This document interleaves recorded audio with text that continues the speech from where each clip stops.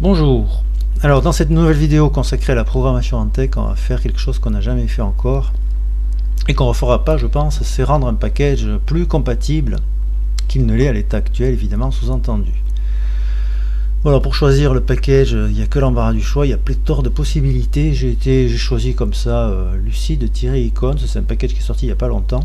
Il est bien parce qu'il cumule tous les avantages pour moi. Il y a quand même pas mal de choses qui ne vont pas. Et surtout, ces choses qui ne vont pas, elles sont assez faciles à corriger, ce qui fait que la vidéo, elle sera pas trop longue, j'espère. Elle sera tournée dans les conditions du direct, comme d'habitude, avec une ou deux petites coupures éventuellement, si j'ai besoin. Que fait ce package? Eh bien, il met à disposition de l'utilisateur les icônes appartenant à la famille Lucid, qui sont sous licence libre. Il y a un site internet d'ailleurs sur GitHub, où on peut télécharger tout ça. Bien, je vais compiler ça.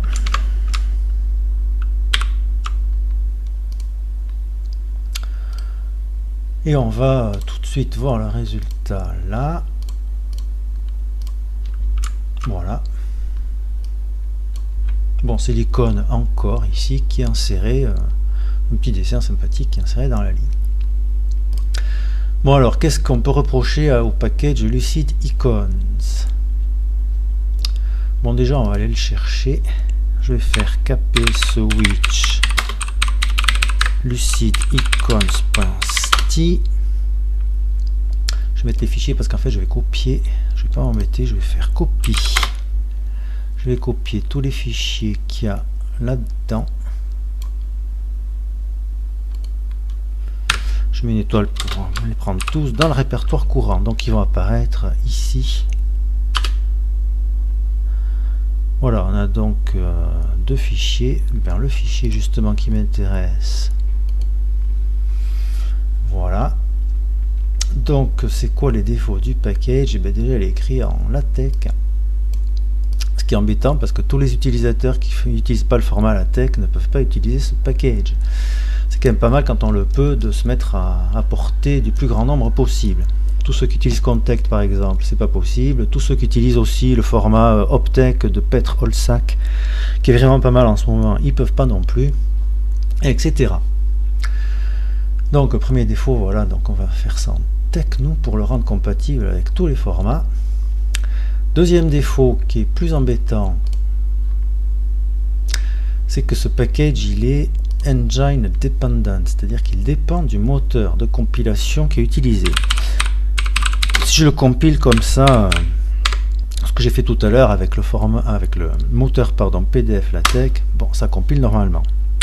Par contre, si au lieu du moteur PDF LaTeX j'utilise LaTeX, eh bien, une erreur de compilation, ça compile pas. Pourquoi ça compile pas? C'est ici, à la ligne 38 là, cette instruction ça va pas passer.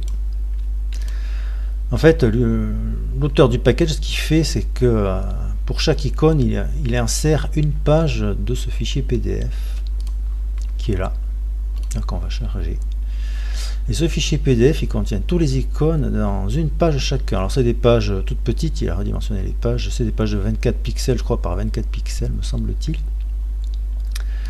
Et donc à chaque fois, ben, il insère une page qui correspond à l'icône qu'on a demandé. Et décidément, le moteur LaTeX ne supporte pas l'insertion de PDF. C'est pour ça que ça crée une erreur de compilation. Et d'ailleurs,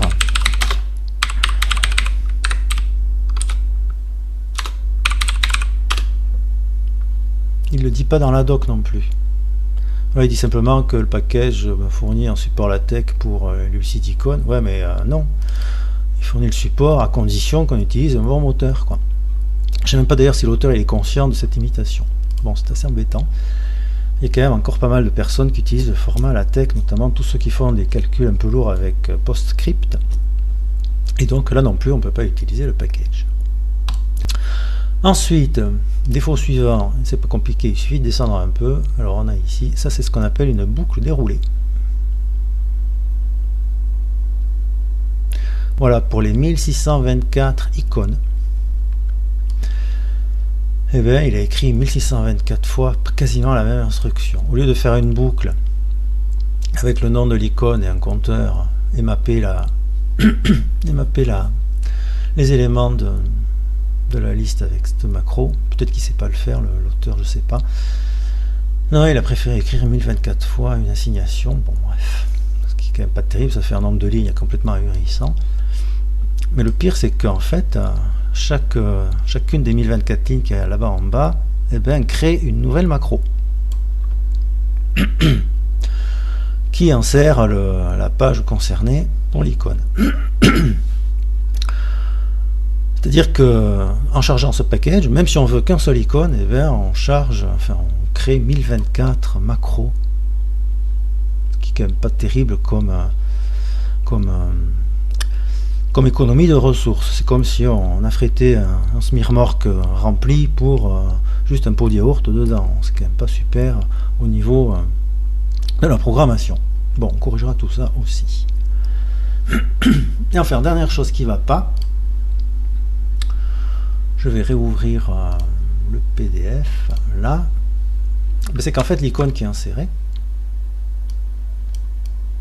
comme c'est une partie d'un PDF, eh bien, il est figé, on peut pas le modifier, on peut pas le mettre en rouge par exemple si on a envie, on peut pas changer l'épaisseur du tracé, donc c'est quand même une limitation assez embêtante qu'on corrigera aussi. Bon, voilà pour les défauts du package.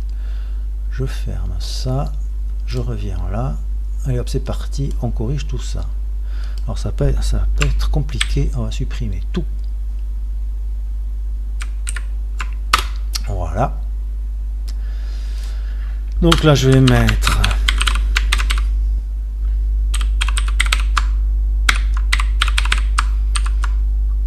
voilà, required package tix, et ici on va mettre input, mais le vrai code du package qu'on va créer nous-mêmes. Bon, tant qu'à faire, on va l'appeler lucide-icons.text. Voilà. Je mets un relax. J'aurais pu ne pas la mettre d'ailleurs. Allez hop, on va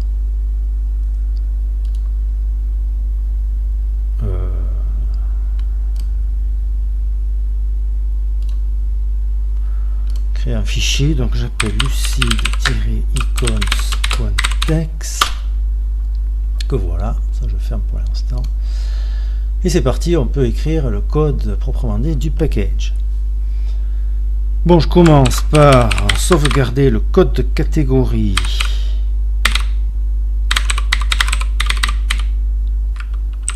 Mettre store @catcode. Bon, toujours pareil, hein, on a déjà fait plein de fois. Donc je vais faire catcode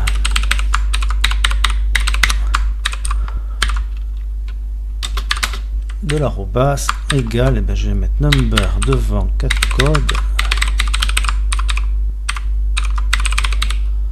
Voilà, il me restera plus à la fin qu'à restaurer le code de catégorie comme ça.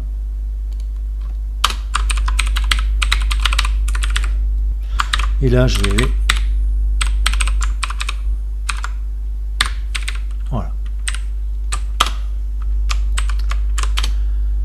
Il faut que je m'assure que tix a été chargé. S'il n'a pas été chargé, le charger. Donc je vais faire if defined une macro qui est définie par tix, celle-là par exemple. Donc si elle n'est pas définie, ça veut dire que tix n'a pas été chargé, et donc il faut que je le charge. Donc on va faire begin group, bon, je pourrais pas le mettre, peu importe, on s'en fiche. Def, je vais précéder toutes les macros privées de helico, c'est pas mal. Donc elle sortira du groupe, donc elle s'autodétruira, et on va mettre input tix.text relax. J'ai plus qu'à faire avec parnafter pour manger le phi, et je mets helico@next. Voilà. Et bien il me reste à écrire le code du package. Bon, puisqu'on va se servir de Tix, pour l'instant on n'a rien du tout. Alors, ce qu'on a dans le repos de Lucidicon, c'est des fichiers SVG. Tiens, je vais ouvrir celui-là, je crois que c'est le premier de toute la liste. Bon, on ne le voit pas parce qu'il est en noir, mais moi c'est le code qui m'intéresse. Là, donc ça c'est le préambule en fait du fichier SVG, et on a 4 chemins pour dessiner cette icône. Alors dans le préambule, il y a un truc qui va pas, c'est ça, parce que nous on va utiliser un script Python qui s'appelle svg2tix, et il n'aime pas du tout current color. Donc nous il faudrait qu'on modifie, d'ailleurs des fois quand il y a fill, il y a current color ici aussi. Donc il faudra qu'on modifie chaque occurrence de current color, entre guillemets comme ça, par, on mettra black. Et comme ça le script pourra fonctionner sans se planter. Alors quand on corrige ça et qu'on met black et qu'on convertit ce fichier SVG en dessin Tix, on obtient ça. Je l'ai fait. Voilà ce qu'on obtient. Alors le script il est buggé parce qu'il met des lignes vides à chaque fois. Bon bref, peu importe. Et donc voilà les 4 chemins qui étaient ici, qui sont traduits ici. Voilà, donc il faudra qu'on supprime les lignes vides. Alors on va pas faire ça un par un, on va quand même faire ça, parce qu'il y a quand même 1624 fichiers, donc ça va être un peu difficile si on les fait un par un. Alors j'ai créé un script bash qui s'appelle Lucida, comme ça, qui va faire tout le boulot à notre place. Bon alors c'est très simple, hein, c'est création d'un environnement Python ici. On installe donc svg2tix. Attention, pour installer ça, il faut les packages de distribution de make et puis de je sais plus quoi. Package développement. On clone le repos. Donc ici, je vais garder que le dossier icône, ce qui m'intéresse. J'enlève tout le reste. Et donc c'est ça que je disais, cette ligne est très importante parce qu'à la commande sed, eh bien dans tous les fichiers hein, évidemment, on remplace tous les current color par black. Et après on peut lancer la conversion. Donc on parcourt tous les fichiers SVG et donc on convertit ici. Alors j'ai mis --code only parce que je ne veux pas begin Tix picture, end Tix picture à la fin, je veux juste les chemins. C'est ce que fait là l'option code only.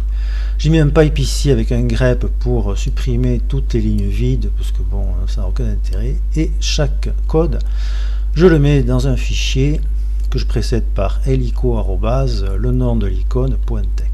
Voilà. À la fin on enlève tous les fichiers SVG. Donc ce que je fais après, c'est que je supprime dans chaque fichier, parce qu'à chaque fois qu'il y a la commande path, il met tout ça.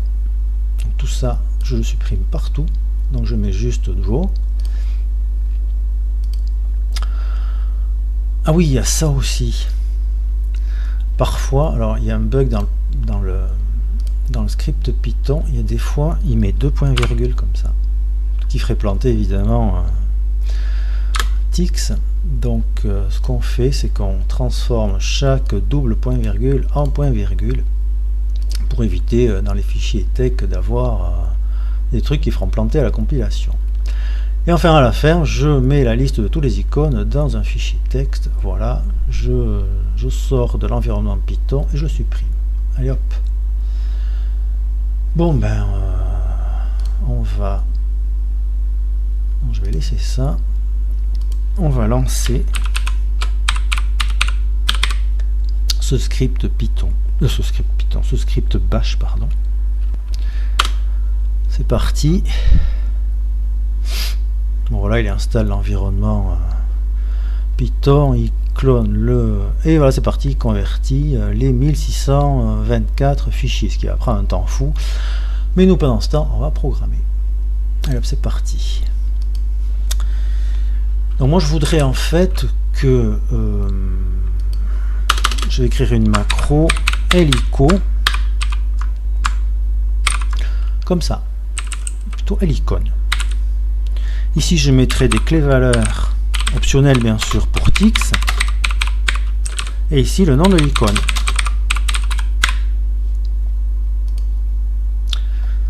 Allez, hop, def l'icône.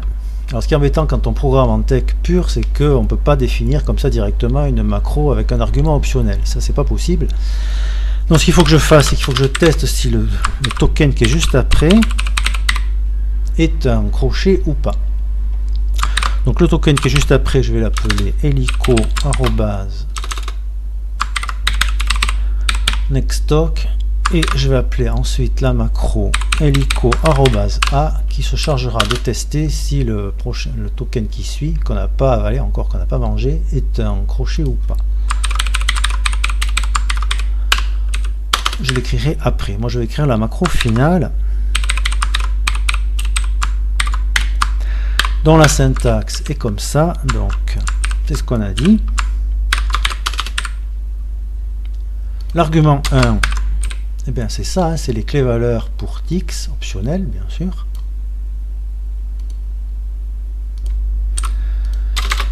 Et l'argument 2, c'est le nom de l'icône. Voilà ce que je vais faire. Donc je vais faire... Alors je peux pas écrire begin tix picture parce que begin c'est une macro de la tech, donc je vais écrire tout simplement tix picture. Ce qui est tout à fait pareil. Je mettrai l'argument optionnel et à la fin je termine par end tix picture. Voilà. Bon, je mets quoi dans l'argument optionnel? Eh bien on va mettre... Je vais fermer ça parce que je ne vais pas en sortir. On va mettre ça. Chose que j'ai supprimée dans le script bash, hein, qui sera supprimé tout à l'heure. Là. Alors ça, cette largeur là, ça vaut à peu près 1,5 pixels. Donc je vais le mettre devant. Je vais changer ça à 1,5 points, ce qui est beaucoup mieux. Par contre, les bouts de ligne et les raccords de ligne, ça doit être round de toute façon. Donc l'argument optionnel, je vais le mettre ici. Comme ça, s'il n'y a pas de line width qui est précisé, ben, ce sera 1,5 points. Et puis, s'il y a une line width qui est précisée, comme ça viendra après la première affectation, la deuxième l'emportera. Voilà. Et je n'ai qu'à mettre input.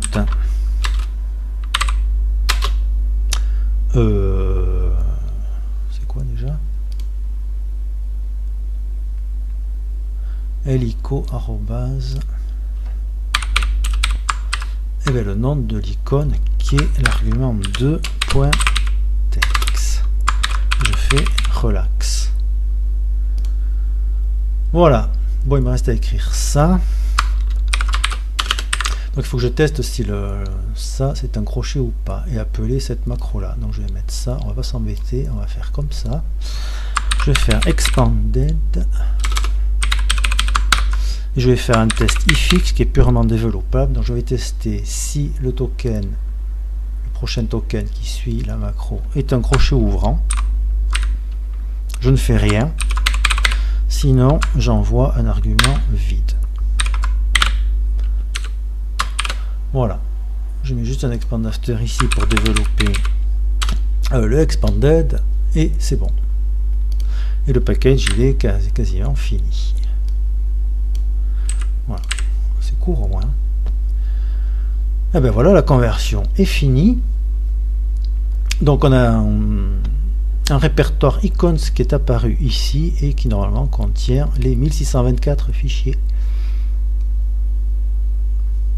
C'est helico arrobase le nom, j'en prendrai un au hasard, on va prendre album. Voilà, il y a deux chemins, bon, etc.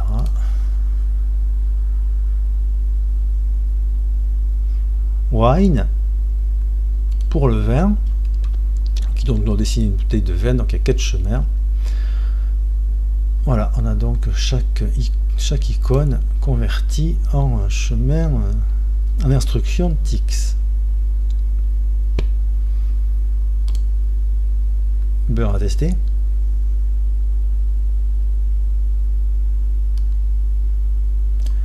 Donc c'était l'icône, je crois, je vais mettre wine. Bon, est-ce que que ça va compiler, ça reste à voir, ça m'étonnerait, mais bon, toujours une bonne surprise. Qu'est-ce qui va pas?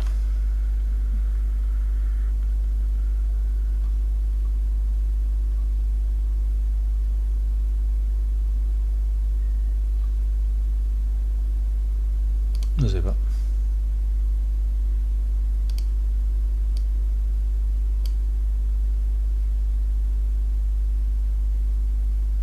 C'est require package.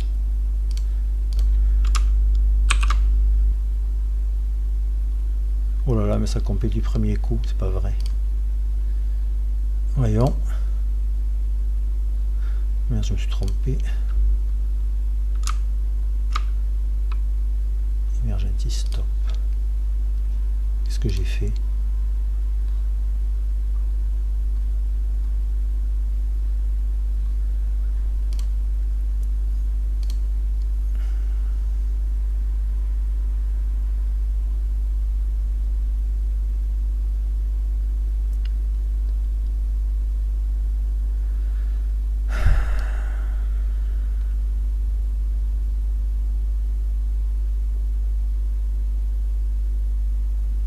Un hashbox, qu'est-ce que c'est que ce bazar?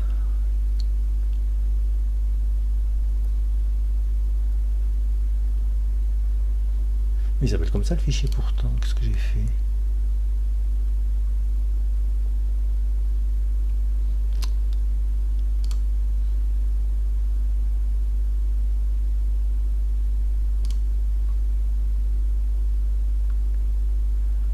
Je crois qu'il est pas content avec ça. 4 code number, arrobase égale number. Oh, punaise, j'ai mis la contre-oblique où il fallait pas, mince. Là. Ça devrait, j'espère. Ouais. Bon, voyons le résultat. Eh ben voilà notre vin. Non, c'est pas du vin d'ailleurs, c'est un verre à moitié vide, mais bon, bref. Donc voilà. Et donc ce qui est bien, c'est qu'avec l'argument optionnel qui est passé donc ici, mais je peux le mettre en rouge.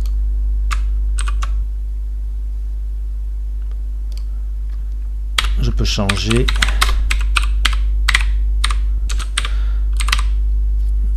la largeur des lignes, par exemple. Je peux le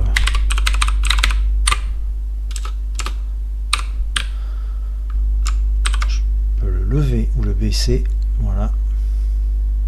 Alors, je vais mettre un X, c'est mieux, etc.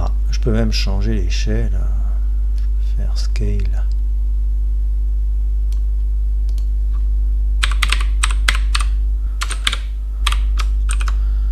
Bon, on peut faire tout un tas de trucs très bien. Voilà, donc l'icône il devient modifiable, ce qui n'était pas tout à l'heure avec le code initial du package tel qu'il a été publié sur le CTAN. Bon, il va peut-être falloir que je gère le cas où l'icône n'existe pas. Voilà, il me met icon file, de file. Bon, évidemment, l'icône n'existe pas. Donc, qu'est-ce qu'on fait? On pourrait laisser comme ça parce que finalement, c'est pas si.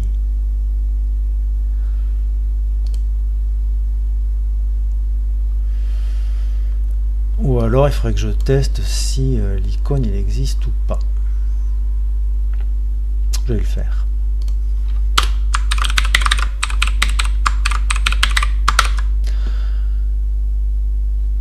Normalement, il y a un fichier qui a été généré par mon script bash qui s'appelle listoficons.txt. Voilà, donc ça c'est les 1624 noms d'icônes. Allez, je copie tout, CTRL C, et je le balance là, CTRL V. Voilà, on l'a mis dans cette liste, ça finit par une virgule, c'est parfait.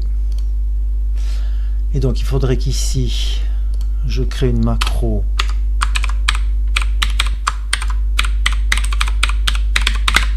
if valid name. Si le nom est valide, j'exécute tout ça.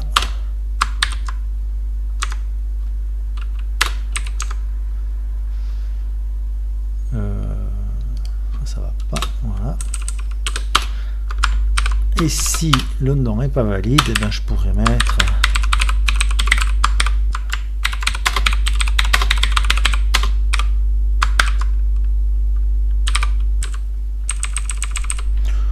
ça par exemple.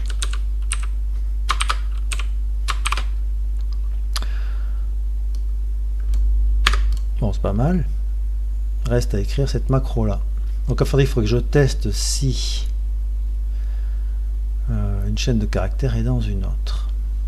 Alors je l'ai fait, c'est l'épisode 6 ou 16, je me rappelle plus, je crois que c'est le 6.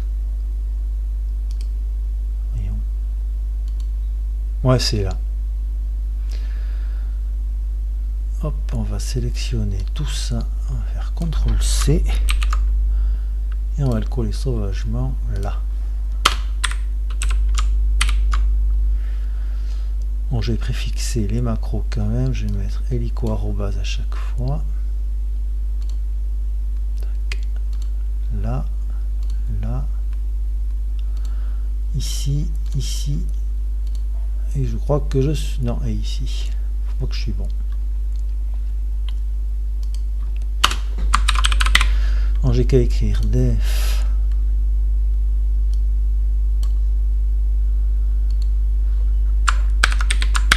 Voilà. Alors je vais faire si la chaîne, c'est dans quel sens, je sais plus. Ouais, c'est l'ensemble total en premier et la chaîne en deuxième. Ok, donc on va mettre ici cette liste là. Attention, il faut que je mette une virgule devant parce que je vais tester si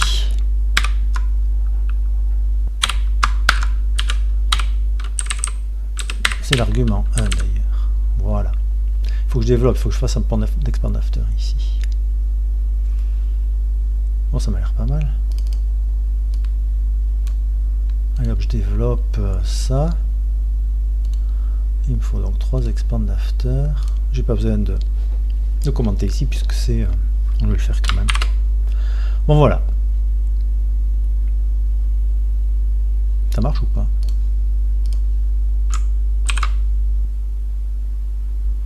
Voilà, no icon, name, no wine. Et si je mets ça, c'est bon.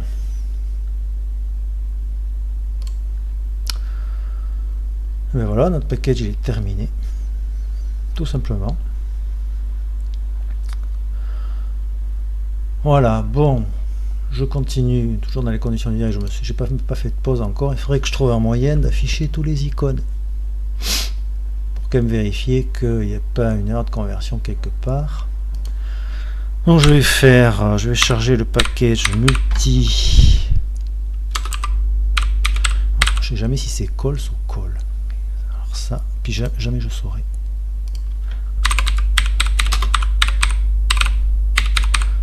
Je crois que c'est multi-calls. Voyons. Ouais, c'est ça. Non? C'est multi-call. Alors, c'est dingue ça. Hein? Ouais.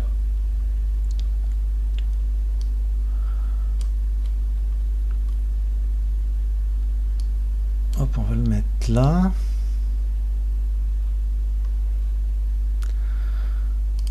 Bon, qu'est-ce que je vais faire? Je vais faire voici tous les icônes.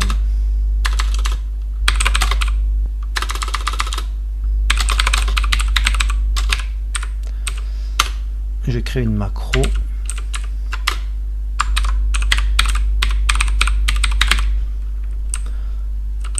Bon, pourquoi pas comme ça? Allez, c'est parti. Make at letter, make at order. Allez, je fais def. Je préfère new command hein, d'ailleurs, puisque je suis sous la tech. Je l'étoile parce que j'ai pas besoin d'une macro longue. Donc on va mettre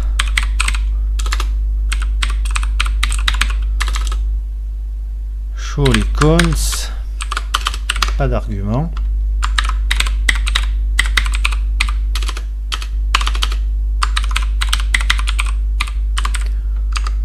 Donc qu'est-ce qu'on va faire? On va faire...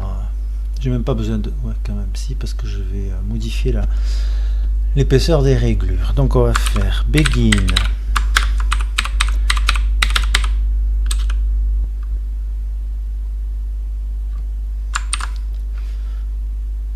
On va mettre 3 colonnes.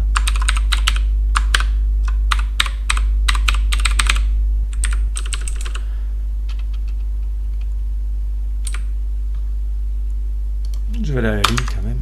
Je vais faire if mode par... Voilà.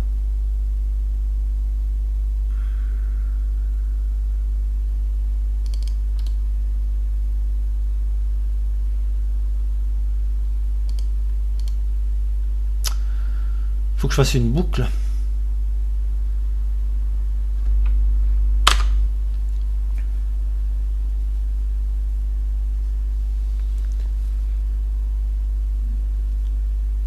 Je vais écrire, je vais pas m'embêter, je vais faire ça. Arrobase A. Ici je vais mettre, comment s'appelle la liste déjà? Ça.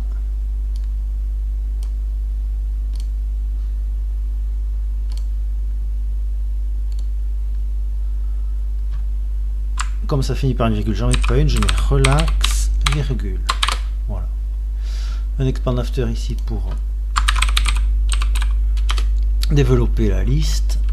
Et il me reste à faire une petite boucle élémentaire. Donc ça va être vite fait. Je vais faire def show all icons arrobase a. Donc elle va lire un nom.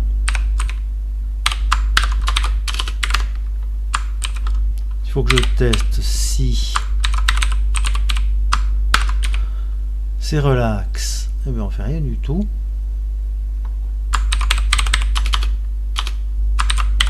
Et si c'est pas relax, eh bien on va mettre, je vais faire hfile pour faire ça au fer à droite. Je vais mettre le nom de l'icône et je vais afficher l'icône. C'est pas mal ça. Et je boucle. Donc chaque ligne, c'est au fer à droite, j'affiche le nom de l'icône et j'affiche l'icône. Sans aucune option, on n'en a pas besoin.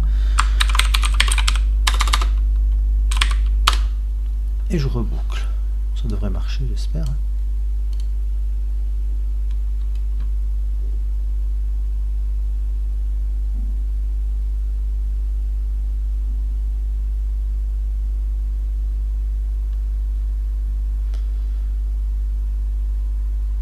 Ça donne quoi si je compile?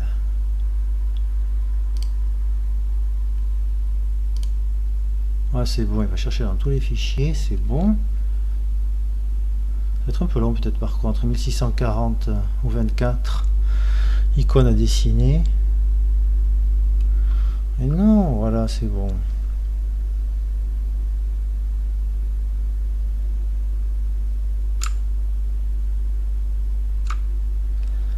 Ouais, bon, c'est trop court. Alors je vais mettre 10 points, on va pas s'embêter. Et je vais mettre à 4. On va faire comme ça. Parce que là, ça va pas. Je recompile, bon, ça prend une dizaine de secondes. Tant pis. Et puis, ce sera même par ici. Et ça sera tout.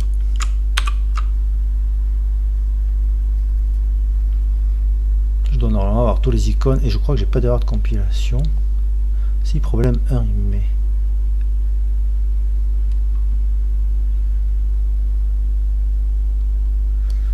Ça donne quoi? Bon, 3 colonnes, c'est pas mal.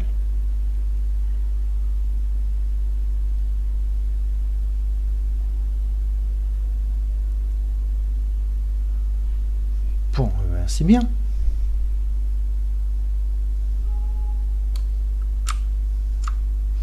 On peut les baisser un peu peut-être. Hein.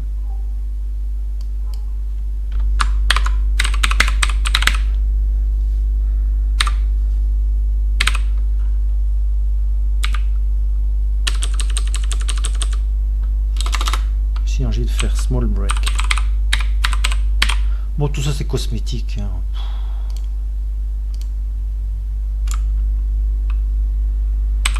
Allez, dernière compilation et puis je vais arrêter. Bon, alors tout ça, tout ce code, etc. là, lucidicon.stick et rien du tout, et le code du package, bien évidemment je vais en faire cadeau, je vais l'envoyer à l'auteur du package lucid-icons pour voir s'il souhaite ou pas modifier son propre package pour le rendre compatible avec tous les moteurs, y compris le moteur LaTeX et tous les formats, c'est-à-dire qu'on peut l'utiliser en tech pur. Voilà. Bon, mais c'est pas mal. Je vais quand même vérifier parce qu'après on va me le reprocher sinon. Vite fait, très vite fait.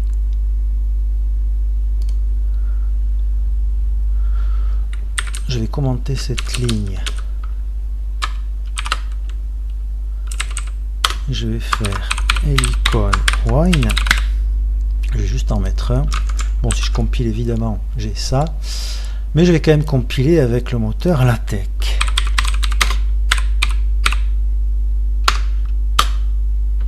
Voilà. Et là, si on va dans les fichiers, normalement, il y a un fichier DVI, ouais, qui est là, qui est apparu. D'ailleurs, lui, je vais le supprimer. Parce que le format LaTeX crée un fichier DVI. Après, je n'ai plus qu'à faire DVI PS.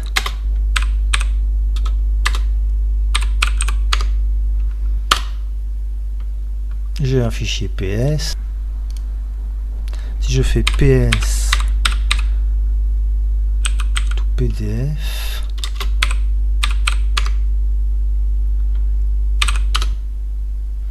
non, c'est PS tout comme ça. Voilà.